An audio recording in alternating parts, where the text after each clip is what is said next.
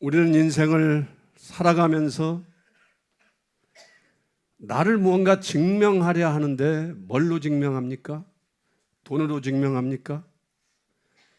가장 손쉬운 방법이 말입니다. 말로 나 자신을 증명하려 합니다.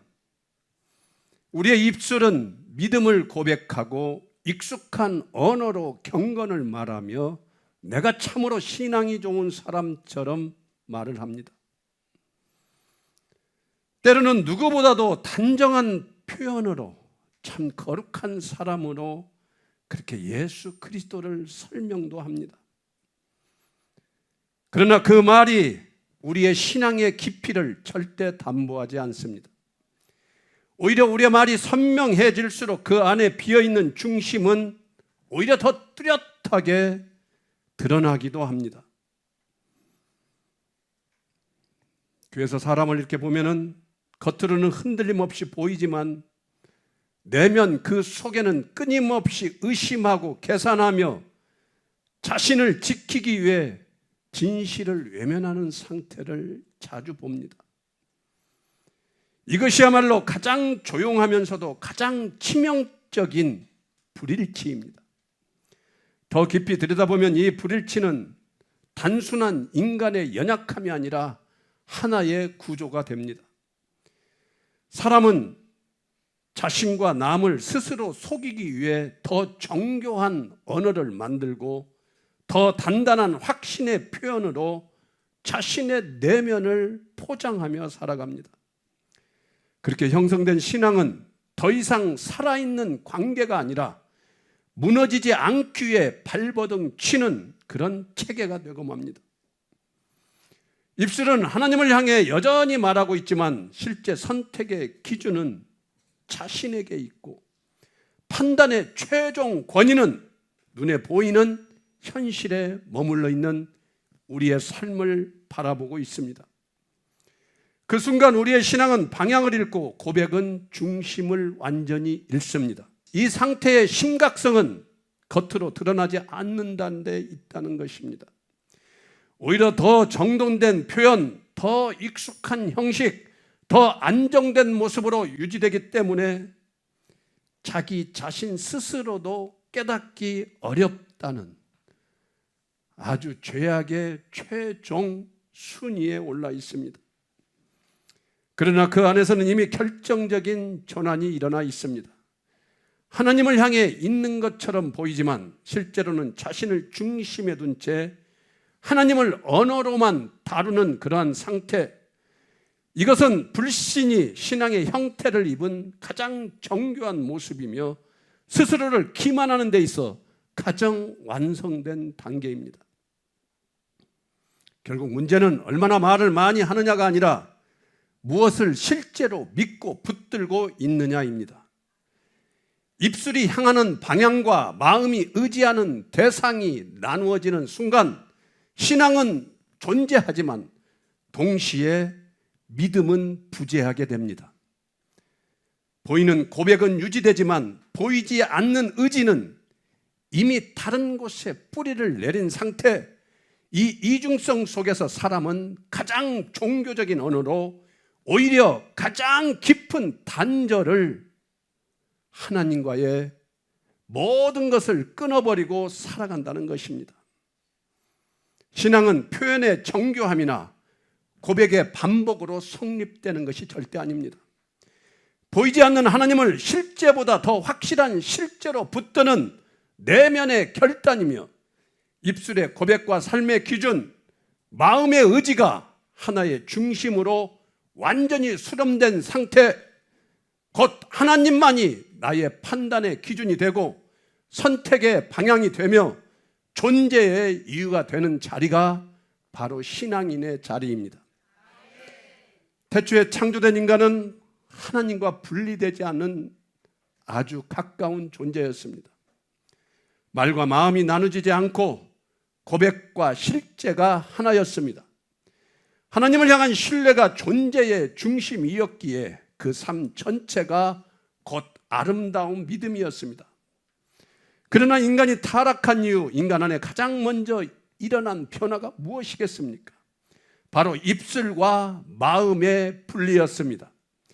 겉으로는 참 하나님을 잘 믿는 것처럼 보이지만 실제로는 자기 자신의 완악함을 숨기고 두려움을 감추며 책임을 피하는 상태, 이것이 타락한 인간의 첫 모습이었습니다.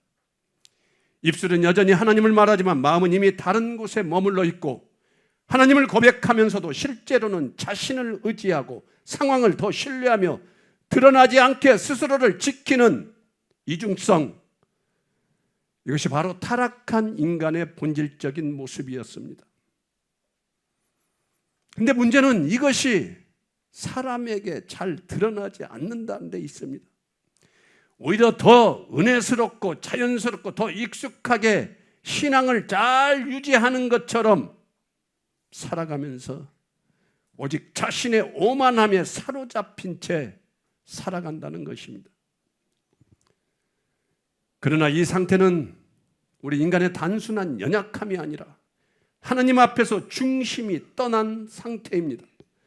입술은 하나님을 향하지만 마음은 여전히 자신을 붙드는 이 분열 속에서 신앙은 형식만 남고 실제는 다 사라져버린 죄악만 남아있는 상태입니다. 오늘의 본문은 마태복음 15장 7, 8, 9절입니다.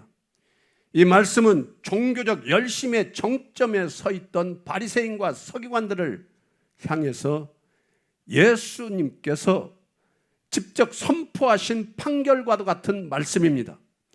그들은 누구보다 율법을 잘 알고 누구보다 철저히 지키며 누구보다 경건해 보였습니다. 그러나 주님은 그 모든 것을 인정하지 않으시고 단 한 단어로 규정하고 있습니다. 7절에 보면 외식하는 자들아. 무섭지 않습니까? 누구보다도 열심이고 누구보다도 경건하며 누구보다도 열심히 믿는 것처럼 보이는 그들을 향해 외식하는 자들아. 너희의 신앙의 외형이 아무리 완벽해 보여도 중심이 하나님께 있지 않다면 그것은 신앙이 아니라 연기라는 선언입니다. 주님은 그들의 행동을 고치라고 말씀하지 않으십니다. 존재 자체를 지금 폭로하고 계십니다. 외식은 단순한 유선이 아니라 하나님 앞이 아닌 다른 기준을 위해 신앙을 수행하는 상태입니다. 사람 앞에서 만들어진 거짓 신앙, 자기 자신을 지키기 위해 꾸며진 경건, 그 모든 것은 하나님 앞에서 철저히 가짜입니다. 말은 거룩하지만 중심은 이미 하나님을 떠난 상태, 그것이 바로 외식입니다. 8절에서는 이 백성이 입술로는 나를 공경하되 마음은 내게서 멀도다. 여기서 주님은 신앙의 본질을 정확히 찌르십니다. 입술은 하나님을 향할 수 있습니다. 얼마든지 아름답고 경건하게 신앙 좋은 것처럼 말할 수 있습니다. 그러나 그의 마음은 절대 숨길 수 없습니다. 실제로 무엇을 더 신뢰하고 무엇을 더 붙들고 있는지 그 방향이 곧 그 사람의 신앙입니다. 하나님을 말하면서도 여전히 자기 자신을 의지하고 상황을 더 믿고 보이는 것을 더 확실히 여기는 상태, 이것이 바로 하나님과의 멀어짐입니다. 거리가 아니라 우리 마음의 중심의 배반입니다. 9절에서 주님은 단호하게 결론 내리십니다. 사람의 계명으로 교훈을 삼아 나를 헛되이 경배하는도다. 아무리 열심을 들여도 아무리 정성을 다해도 그 기준이 하나님이 아니라 자기 자신 아니면 사람들에게 있다면 그 예배는 완전히 무효이며 헛되다는 것입니다. 얼마나 무섭습니까? 하나님을 믿는다고 말하지만 실제로는 자기 생각과 판단을 더 붙들고 예배드리는 그 순간 그 신앙은 하나님께 절대 닿지 않습니다. 그것은 하나님을 향한 것이 아니라 결국 자신을 위한 외식적인 종교 행위일 뿐입니다. 이 말씀은 단순한 경고가 아닙니다. 신앙의 이름으로 자신을 속이며 살아가는 모든 자들을 향한 판결입니다. 입술로는 하나님을 높이면서 실제로는 하나님을 신뢰하지 않는 그 상태, 그것이 바로 주님이 헛된 경배라고 하신 잘못된 자리입니다. 믿음은 입술로 말하는 것이 아니라 실제로 주님을 붙드는 것이며 하나님이 아닌 다른 것을 더 신뢰하는 순간 그 모든 고백과 예배는 하나님 앞에 아무것도 아무 의미도 없는 헛된 신앙임을 오늘 우리는 말씀을 통해 깊이 깨닫는 가장 위대한 축복이 저와 여러분 모두에게 임하기를 축원합니다. 사랑하는 여러분, 우리는 입술로는 주님을 참 많이 찾습니다. 그러나 실제 삶에서는 여전히 불신을 선택하는 우리의 거짓 믿음을 여러분들은 보고 있지 않습니까? 성경 전체가 반복해서 드러내는 인간의 거짓된 본질입니다. 이 문제는 단순한 약함이 아니라 하나님보다 자신을 더 신뢰하려는 깊은 마음의 방향 때문입니다. 먼저 이사야 29장 13절은 이렇게 말씀하고 있습니다. 다 함께 우리 읽어보겠습니다. 시작. 주께서 이르시되 이 백성이 입으로는 나를 가까이 하며 입술로는 나를 공경하나 그들의 마음은 내게서 멀리 떠났나니 그들이 나를 경외함은 사람의 계명으로 가르침을 받았을 뿐이라. 아멘. 여기서 하나님은 말이 아니라 마음을 보십니다. 입술은 얼마든지 하나님께 가까이 갈 수 있지만 마음은 여전히 하나님을 떠난 채 그저 전혀 하나님을 사랑하지 않는 그 상태에 머물 수 있다는 것입니다. 이것은 신앙의 가장 본질적인 문제입니다. 우리는 하나님을 말하면서도 실제로는 하나님 없이 살아갈 수 있다고 여러분 그렇게 생각하고 있지 않습니까? 여러분들은 지금 나는 하나님 없이는 살아갈 수 없는 존재라고 그렇게 하나님을 찾고 있습니까? 야고보서 2장 17절은 분명히 선포합니다. 이와 같이 행함이 없는 믿음은 그 자체가 죽은 것이라. 여기서 말하는 행함은 단순한 행동이 아니라 믿음이 실제 삶의 기준이 되었는지를 우리에게 묻는 것입니다. 입술로는 믿는다 말하지만 선택과 판단에서는 여전히 나 자신을 따르는 상태, 그것은 살아있는 믿음이 아니라 완전히 죽은 거짓 신앙입니다.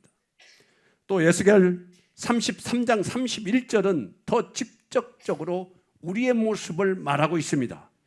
우리 다 함께 한번 읽어보겠습니다. 시작. 백성이 모이는 것 같이 내게 나아오며 내 백성처럼 내 앞에 앉아서 내 말을 들으나 그대로 행하지 아니하니 이는 그 입으로는 사랑을 나타내어도 마음으로는 이익을 따름이라. 아멘. 우리가 주변에 신앙인들 같은 성도님들을 볼 때 겉으로는 하나님을 향한 것처럼 보이지만 실제로는 자신의 유익과 계산을 따라 움직이는 모습을 보지 않습니까? 그런데 나만 모릅니다. 이것이 바로 입술과 마음이 분리된 신앙입니다. 하나님을 사랑한다고 말은 여전히 잘하지만 실제로는 하나님보다 나 자신을 더 사랑하는 그 상태. 결국 문제는 얼마나 나의 입술로 많이 고백하느냐가 아니라 무엇을 실제로 신뢰하느냐입니다. 우리는 기도할 때는 하나님을 아주 잘 찾습니다. 그러나 결정할 때는 여전히 나 자신의 생각만 붙들고 살아갑니다.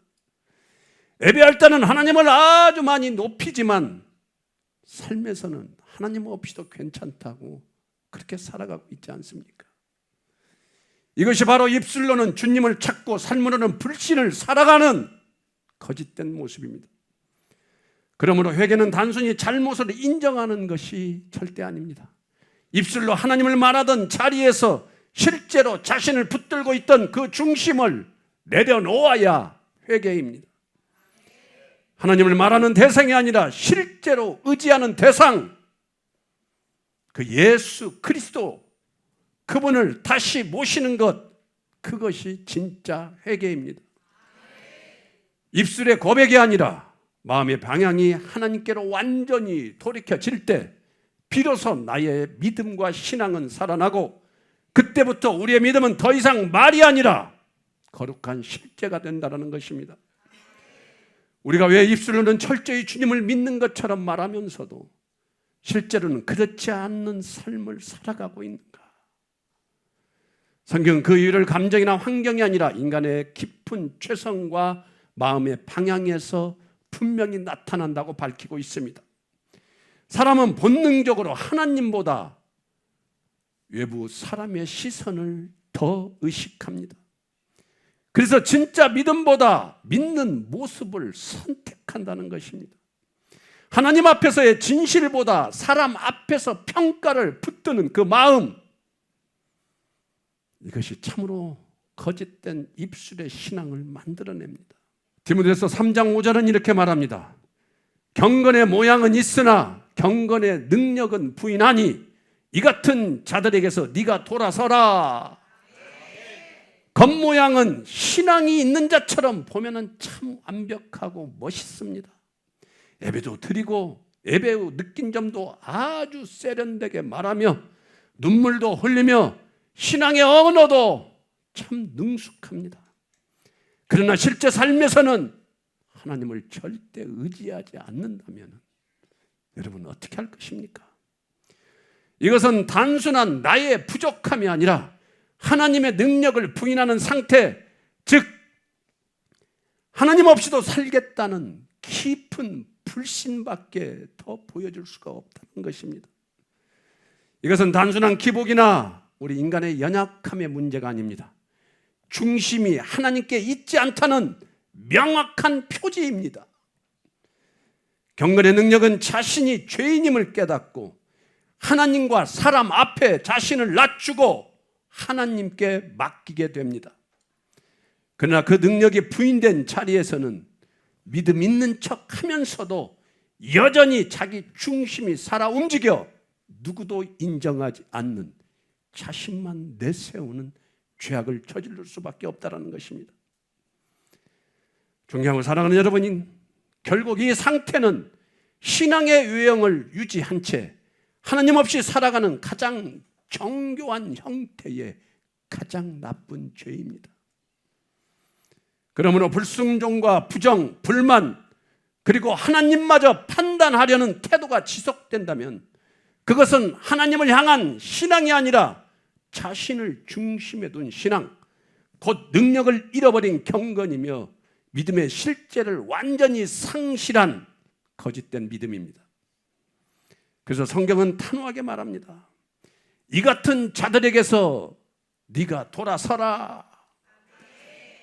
이 말씀은 단순히 사람만 멀리하라는 의미가 아닙니다. 그러한 상태, 그러한 신앙의 방식, 하나님 없이도 유지되는 종교적 삶 자체에서 돌아서라는 명령입니다. 겉모양에 속지 말고 그 길을 따르지도 말며 그 자리에서 반드시 벗어나라는 하나님의 분명한 명령입니다. 더 나아가 디도서 1장 16절은 매우 단호하게 선언합니다. 우리 다 함께 한번 읽어볼까요? 시작. 그들이 하나님을 시인하나 행위로는 부인하니 가증한 자요 복종하지 아니하는 자요 모든 선한 일을 버리는 자니라. 아멘. 여러분, 우리는 입술로는 하나님을 인정합니다. 그러나 삶으로는 완전히 부인하는 상태로 살아간다면 여러분 잘못되지 않았습니까? 성경은 이것을 단순한 연약함으로 보지 않고 가증한 자라고까지 표현합니다. 이는 하나님을 속이는 문제가 아니라 진리를 알면서도 거부하는 자기 기만의 상태이기 때문입니다. 여기서 가증하다는 표현은 감정적인 비난이 절대 아닙니다. 하나님과의 관계가 근본적으로 어긋난 상태를 지금 말하고 있습니다. 겉으로는 하나님을 향한 것처럼 보이지만 실제로는 전혀 하나님과 연결되지 않는 삶, 그것은 하나님께 드려지는 것이 아니라 하나님과 무관한 상태로 존재하는 거짓 신앙입니다. 또한 복종하지 아니하는 자라는 말씀은 그 본질을 더 분명히 드러냅니다. 믿음은 결국 순종으로 나타나야 합니다. 그러나 하나님을 실제로 신뢰하지 않는 사람은 반드시 자신의 판단을 앞세우고 결국 하나님의 뜻을 철저하게 거부하게 됩니다. 그래서 순종의 부재는 단순한 우리의 행동의 문제가 아니라 믿음의 부재를 드러내는 아주 완벽한 증거입니다. 모든 선한 일을 버리는 자라는 선언 역시 동일한 맥락입니다. 여기서 선한 일은 단순한 도덕적 행위가 아니라 하느님으로부터 나오는 삶의 열매를 말하고 있습니다. 하나님과 단절된 상태에서는 아무리 선해 보이는 행위라도 하나님과 무관한 결과로 열매 없는 삶을 나타내 보일 수밖에 없습니다. 결국 이 말씀은 분명히 밝힙니다. 입술로 하나님을 시인하면서도 삶으로 부인하는 그 상태는 단순한 미성숙이 아니라 하나님을 실제로 거부하는 거짓된 삶입니다. 그리고 이 모든 근원은 여기에서 드러납니다. 로마서 1장 21, 22절 말씀입니다. 다 함께 읽겠습니다. 시작. 하나님을 알되 하나님을 영화롭게도 아니하며 감사하지도 아니하고 오히려 그 생각이 허망하여지며 미련한 마음이 어두워졌나니 스스로 지혜 있다 하나 어리석게 되어. 아멘. 우리는 잘 압니다. 잘 알고 있습니다. 알면서도 인정하지 않는 것, 이것이 정말 죄의 본질입니다. 하나님을 몰라서가 아니라 하나님보다 자신을 더 붙들기 때문에 입술로는 믿는 척하며 살아가고 있다는 겁니다.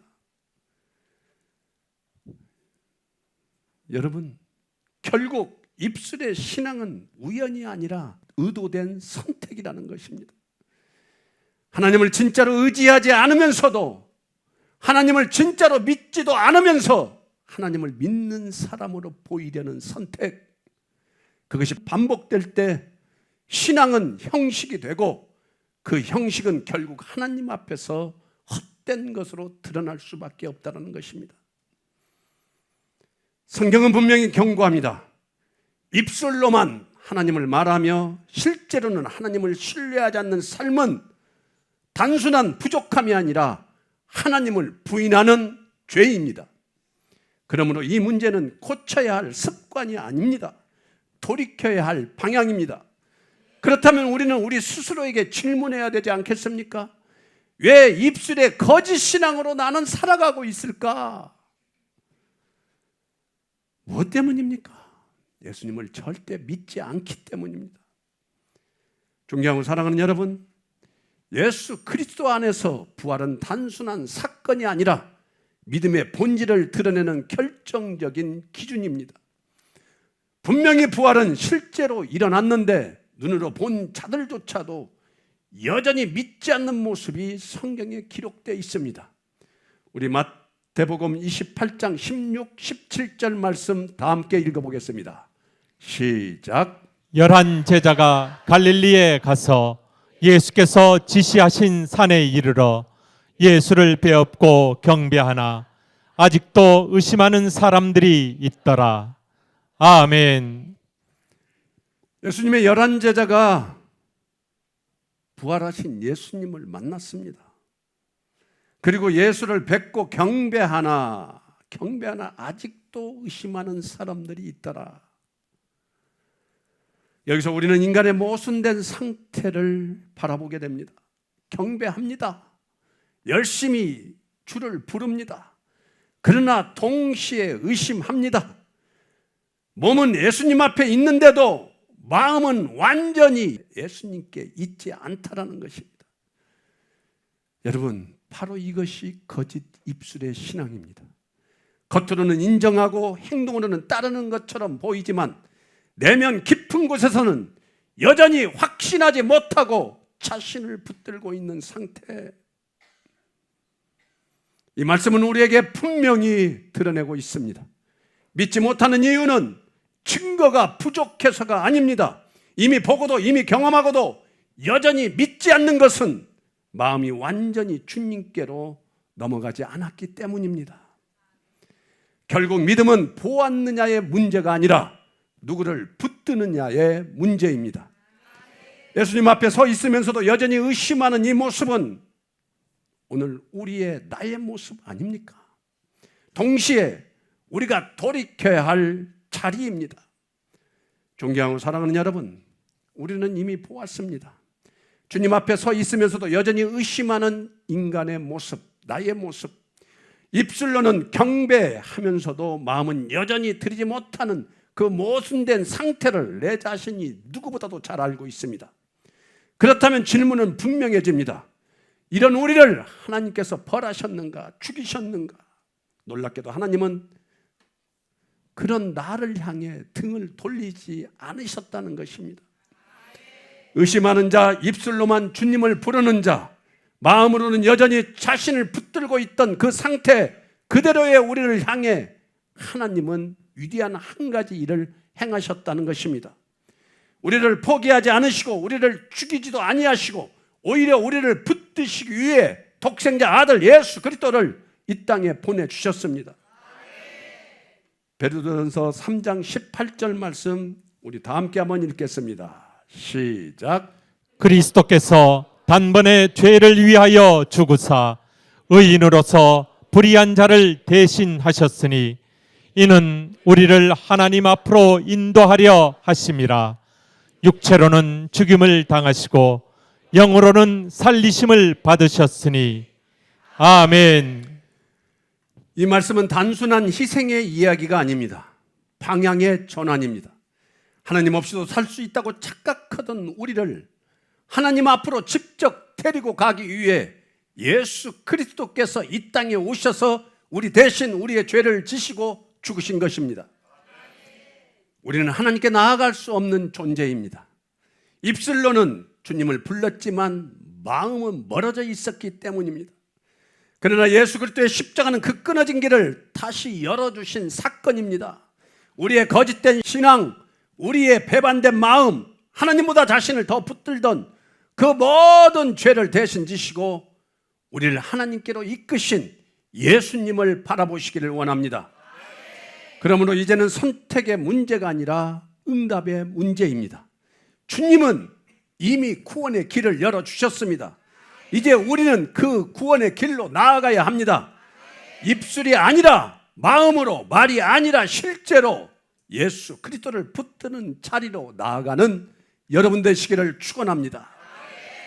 구원이란 입술로 하나님을 말하던 자리에서 벗어나 마음의 중심이 하나님께로 완전히 옮겨지는 것이며 더 이상 자신을 붙들고 살아가던 존재가 예수 그리스도를 실제로 붙들고 살아가는 존재로 바뀌는 것입니다. 구원이란 하나님을 믿는 척 하던 나의 거짓된 삶이 무너지고 하나님을 참으로 신뢰하는 삶으로 들어가는 것이며 입술의 고백과 마음의 방향이 하나로 일치되어 예수 그리스도를 나의 주로 모시고 사는 상태입니다. 사랑하는 여러분, 하나님 아버지의 마음은 분명합니다. 입술로만 주님을 찾으며 마음은 멀어져 있던 우리를 그대로 두지 않으시겠다는 위대한 사랑입니다. 우리가 하나님을 말하면서도 하나님 없이 살아가는 그 모습을 다 아시면서도 포기하지 않으시고 우리를 끝까지 돌아오게 하시려는 하나님의 사랑의 마음입니다. 그래서 하나님은 우리를 향해 말씀하신 것이 아니라 아들을 이 땅에 보내셨습니다. 우리의 거짓된 신앙, 우리의 배반된 마음, 하나님보다 자신을 더 붙들던 그 모든 죄를 십자가에서 우리의 모든 죄를 다 끊어주셨습니다. 이것은 단순한 용서가 아니라 우리를 다시 하나님께 붙들어 매시는 사랑의 행동입니다. 하나님은 우리의 입술이 아니라 마음을 원하십니다. 형식이 아니라 실제를 원하십니다. 그러므로 오늘 하나님 아버지의 마음은 분명히 선포됩니다. 너를 반드시 하나님께로 돌아오게 하겠다. 이 사랑 앞에서 여러분의 중심이 바뀌는 것, 그것이 믿음이며 구원의 시작입니다. 성도란 더 이상 자신을 위해 살지 않고 자신을 대신하여 죽으시고 다시 살아나신 예수 그리스도를 위하여 사는 사람입니다. 입술의 고백과 마음의 방향, 삶의 기준이 하나로 일치되어 하나님을 향해 서 있는 사람, 그분이 바로 믿음의 성도입니다. 존경하고 사랑하는 여러분, 오늘 우리는 분명히 보았습니다. 입술로는 주님을 부르며 살았지만 실제로는 주님 없이 살아온 우리의 거짓된 신앙의 모습입니다. 우리는 믿는다고 말했지만 선택의 순간마다 나 자신을 붙들었고 예배는 드렸지만 마음은 하나님께 닿지 않았습니다. 이것이 바로 우리의 죄악입니다. 이제 숨길 수가 없습니다. 나는 입술로만 믿었던 죄인입니다 라는 이 고백이 오늘 이 시간 우리의 영 가운데서 울려 퍼져야 합니다. 주님은 우리의 말이 아니라 우리의 마음을 보십니다. 형식이 아니라 우리의 중심을 받으십니다. 그러므로 오늘 입술로만 드리던 우리의 거짓 신앙을 내려놓고 마음으로 주님께 돌아서야 합니다. 더 이상 믿는 척 하지 말고 이제는 정말 예수님을 나의 구주로 믿어야 합니다. 예수 그리스도를 말하는 신앙이 아니라 예수 그리스도를 실제로 붙드는 믿음으로 돌아가야 합니다. 그 순간 죽어있던 나의 영혼이 살아나고 멀어졌던 관계가 다시 시작될 수밖에 없습니다. 지금 여러분들의 자리에서 중심을 돌이켜 입술이 아니라 마음으로 예수 그리스도를 붙드시는 축복이 일어나기를 축원합니다. 존경하고 사랑하는 여러분, 이제는 거짓된 입술을 버리고 참된 마음으로 주님께 나아갑시다. 더 이상 말로만 주님을 찾는 자리에 머물지 말고 오직 예수 그리스도만을 실제로 간구하며 붙드는 자리로 나아가야 합니다. 우리의 중심이 바뀌지 않는 한 아무리 많은 고백도 하나님께 절대 닿을 수 없습니다. 그러나 우리의 중심이 주님께로 돌아서는 순간 우리의 삶은 완전히 달라집니다. 예수님은 입술의 고백을 원하시는 분이 아닙니다. 우리의 전 존재를 원하시는 분이십니다. 그러므로 이제는 형식이 아니라 실제로 습관이 아니라 생명으로 예수 그리스도를 붙드십시오. 주님을 향한 그 한 번의 진실한 결단이 우리의 모든 방향을 바꾸게 될 것입니다. 말씀을 마치겠습니다. 존경하고 사랑하는 여러분, 더 이상 숨기지 마십시오. 입술로는 주님을 섬긴다고 말했지만 마음은 멀어져 있었던 우리의 모습을 정직하게 바라보고 정직하게 내려놔야 합니다. 하나님을 부르면서도 실제로는 하나님 없이 살아가려고 했던 그 중심을 회개하고 내가 인정해야 합니다. 그대로 두면 절대 안 됩니다. 이제 그 거짓된 신앙을 내려놓고 하나님 앞에서 중심으로 돌이켜야 합니다. 그리고 이 시간 예수 그리스도의 이름으로 선포합니다. 입술로만 머물러 있던 우리의 모든 신앙이 무너지고 하나님 없이도 살 수 있다고 여겼던 그 불신의 중심이 끊어질지어다. 자신을 붙들고 있던 완악함과 두 마음이 떠나가고 오직 하나님만을 붙드는 참된 믿음이 다시 살아날지어다. 존경하고 사랑하는 여러분, 그분이 우리를 위해 십자가를 지셨습니다. 그분이 나의 죄를 대신 짊어지셨습니다. 그분이 죽음을 깨뜨리시고 다시 살아나셨습니다. 이 믿음이 생명입니다. 이 믿음이 구원입니다. 이 믿음으로만 우리는 영원한 멸망에서 건짐받을 수 있습니다. 오늘 예수 그리스도를 참으로 붙드는 자마다 헛된 신앙에서 벗어나 살아있는 믿음으로 들어가게 될 것이며 그 삶 위에 하나님이 주시는 참된 평안과 자유와 기쁨이 여러분 모두에게 임하게 될 것입니다.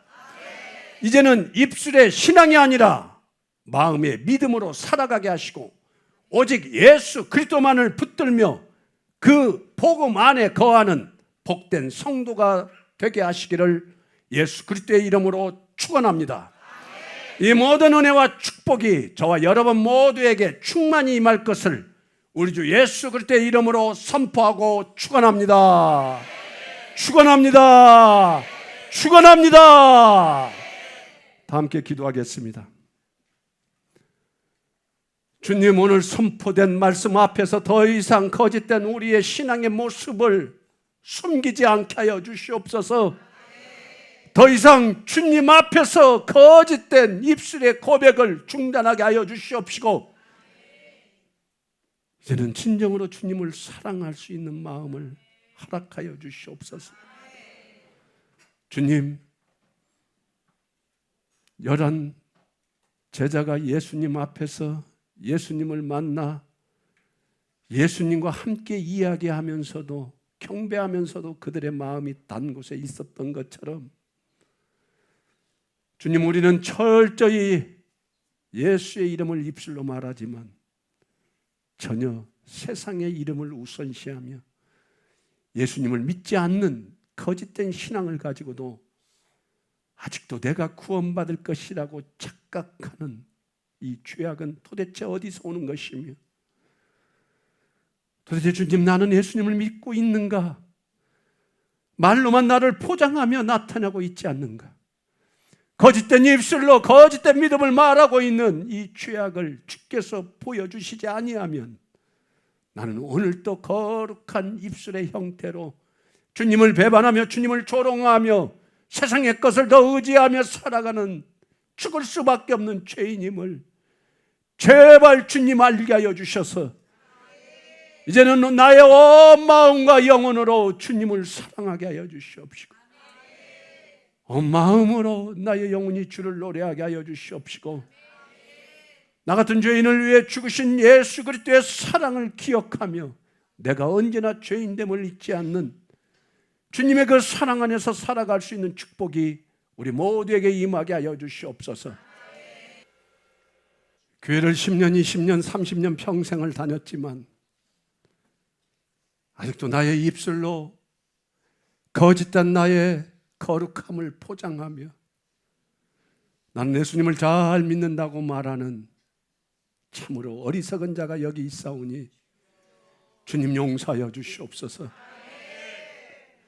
어찌하여 거짓된 입술로 주님을 찬양하며 주님을 잘 믿는다 포장하며 살아가는 것이 어쩜 그렇게 당연하게 여기며 살아가는지,